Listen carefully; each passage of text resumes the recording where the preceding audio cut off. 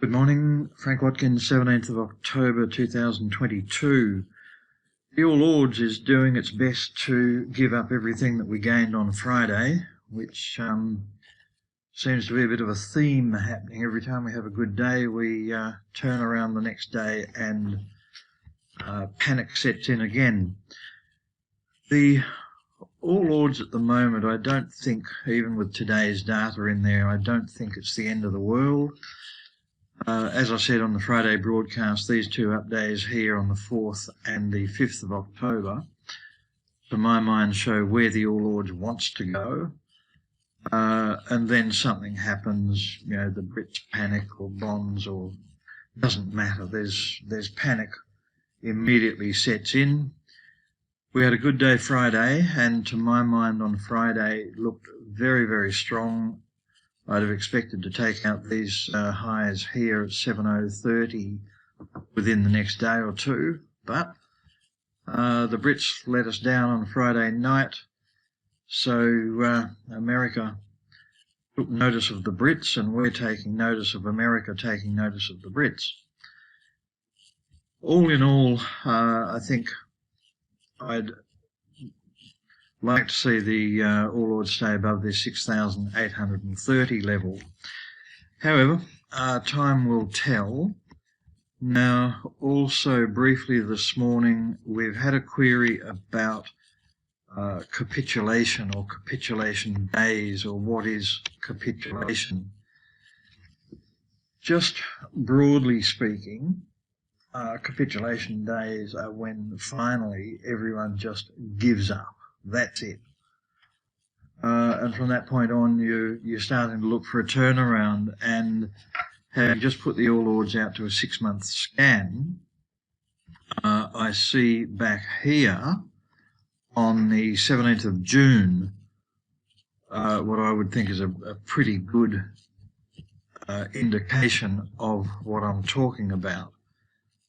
The requirements are a big downtrend for a start, and generally you'll see on balance volume stay pretty well rock solid, and we can see that, let's say, from the April peak through to where we really started to collapse, let's say the 9th of June, we stayed fairly steady with on balance volume.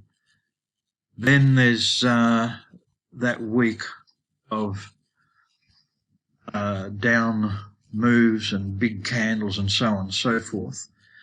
Now, at the same time, on balance volume starts to fall off, so you know that is real selling. And then we culminate on this day here, 17th of June, with a huge volume spike. So basically that's the day everyone says, nah, sorry, I'm out of here, I've had enough, it's all over, Armageddon has arrived.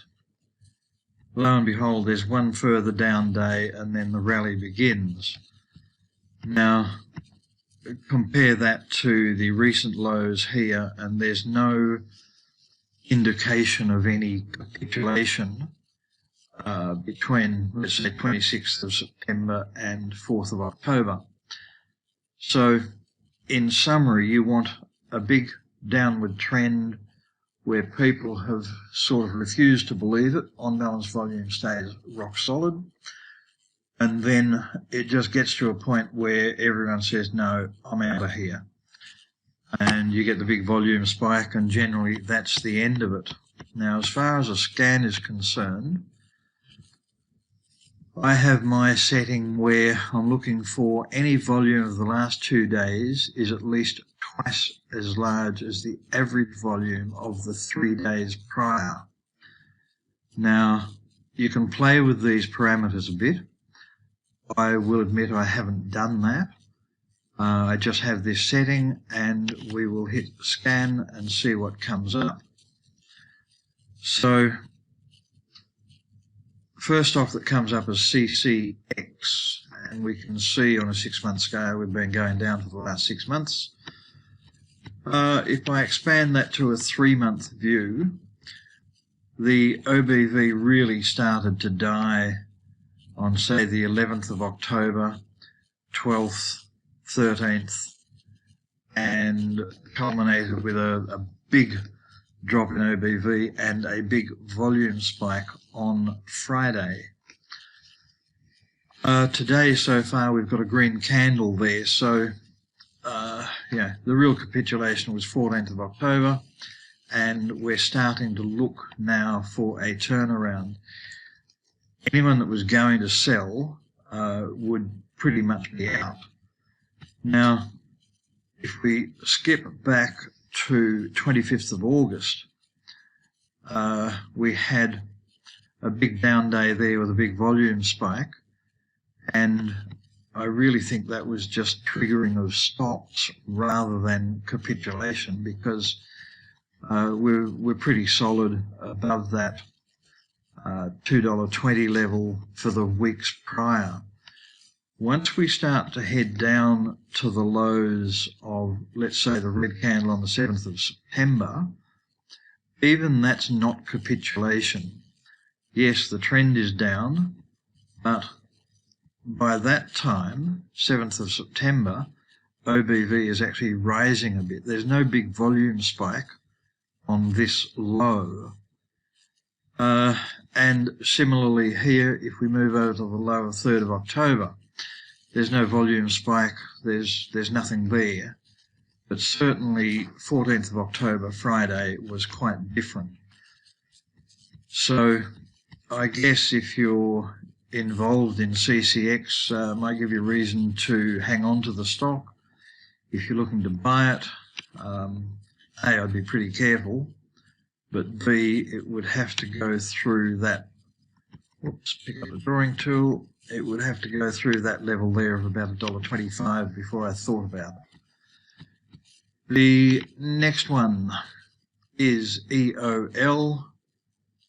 And again, that's Friday. We've got something very much like capitulation on EOL on Friday, and by the look of it, hasn't traded yet today. I haven't looked to see whether it's in a trading halt, cap raise. I haven't looked at anything, but today it looks like a fair amount of capitulation going on. Certainly a huge seller in there. I'd prefer to see more of a constant downtrend through August and September. I don't see EOL as being a fantastic example, but it's early days.